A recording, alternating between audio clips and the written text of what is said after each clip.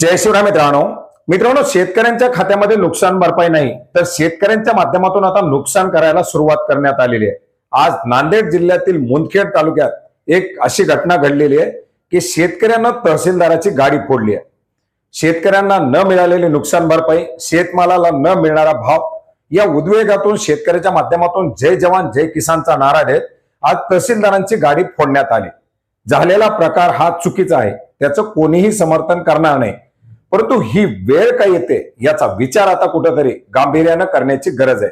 मित्रांनो, काही दिवसापूर्वी शेतकऱ्यांचे नेते बच्चू कडू यांच्या माध्यमातून असाच एक अजब गजब सल्ला शेतकऱ्यांना दिला होता. बऱ्याच मोठ्या प्रमाणात त्याच्यावर देखील टीका करण्यात आलेली होती. परंतु आत्महत्या करणारे शेतकरी जर अशा प्रकारची जर काही कृत्य करून वाचू शकत असतील तर नक्कीच शेतकऱ्यांना हा पर्याय निवडावा लागणार आहे. कारण सध्याची जी काही परिस्थिती आहे ती अतिशय भयानक झालेली आहे. नुकसान झालेलं आहे, नुकसान आजही होतंय आणि आणखीनही पुढे पाऊस चालू राहणार आहे अशा प्रकारे सांगितलं जात आहे. शेतकऱ्यांचं सोयाबीन गेलं, कापूस येतोय, आता कापूस या पावसामुळे पूर्णतः जातोय. पूर्वीची मूग, उडीद, जी मका, सगळी पिकं गेलेली आहेत. आता कापसाची हमी भावानं खरेदी, त्याच्यामध्ये आर्द्रतेचं एक निकष. सोयाबीनची हमीभाव खरेदी केंद्र आणखी सुरू नाही. सोयाबीनला 3800, 3700, 4000, 4100 असा भाव.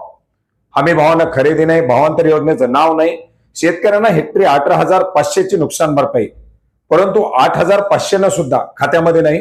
निम्म्या शेतकऱ्यांना वाटप झाले, निम्म्या शेतकऱ्याचं वाटप कधी होणार कोणीही तोंड उघडायला तयार नाही. रबीचं अनुदान हेक्टरी 10,000 रुपये दिले जाणार, कोणते शेतकरी पात्र केले जाणार अद्याप जीआर नाही. निधीची तरतूद अद्याप नाही. येणार का अद्यापही सांगितलं जात नाही. कधी येणार तेही सांगितलं जात नाही. प्रश्न विचारले तर वरून माहिती आल्यानंतर कळू. मग सगळ्या या प्रश्नाची जर उत्तरं नसतील तर प्रशासन काम कशासाठी करतंय, हा एक अतिशय गंभीर असा प्रश्न शेतकऱ्यांच्या मनामध्ये निर्माण होतोय. आणि याच पार्श्वभूमीवरती शेतकऱ्यांच्या माध्यमातून अशा प्रकारे आता कुठेतरी उद्रेकाला सुरुवात झालेली आहे. मित्रांनो, एक छोटीशी सुरुवात आहे. आता याच्यानंतर आपण पाहिलेले 28 तारखेला पुन्हा एकदा नागपूरमध्ये शेतकऱ्यांचा मेळावा होतोय. ठिकठिकाणी आणखीन याच्या संदर्भातल्या काही चळवळी चालू आहेत. आणि जर असाच जर हा प्रकार पुढे जर राहिला आणि शासनाच्या माध्यमातून जर याला गंभीरतेने घेऊन जर या नुकसान भरपाया तात्काळ शेतकऱ्यांच्या खात्यामध्ये वितरित नाही केल्या, किंवा शेतकऱ्यांच्या ज्या ज्या काही बाबी अशा प्रलंबित पडलेल्या आहेत, शेतकऱ्यांचे जे काही असे प्रश्न, आता शासन सांगतं की आम्ही दिवाळीपूर्वी करणार, नुकसान भरपाईचं वितरण चालू आहे, प्रशासन काम करतंय, शासन काम करतंय, आम्ही सहकार्य करतोय, आम्ही धीर देतोय, आम्ही हे करतोय ते करतोय, परंतु प्रत्यक्षात त्या शेतकऱ्यापर्यंत पोहोचना झालंय याच्यावरती मात्र कुणीही कुठेही बोलताना दिसत नाही. आम्ही देणार, आम्ही वेळेची वाट पाहतोय, आम्ही अभ्यास करतोय, सगळं करताय, परंतु सध्या अडचणीत सापडलेला शेतकरी आहे.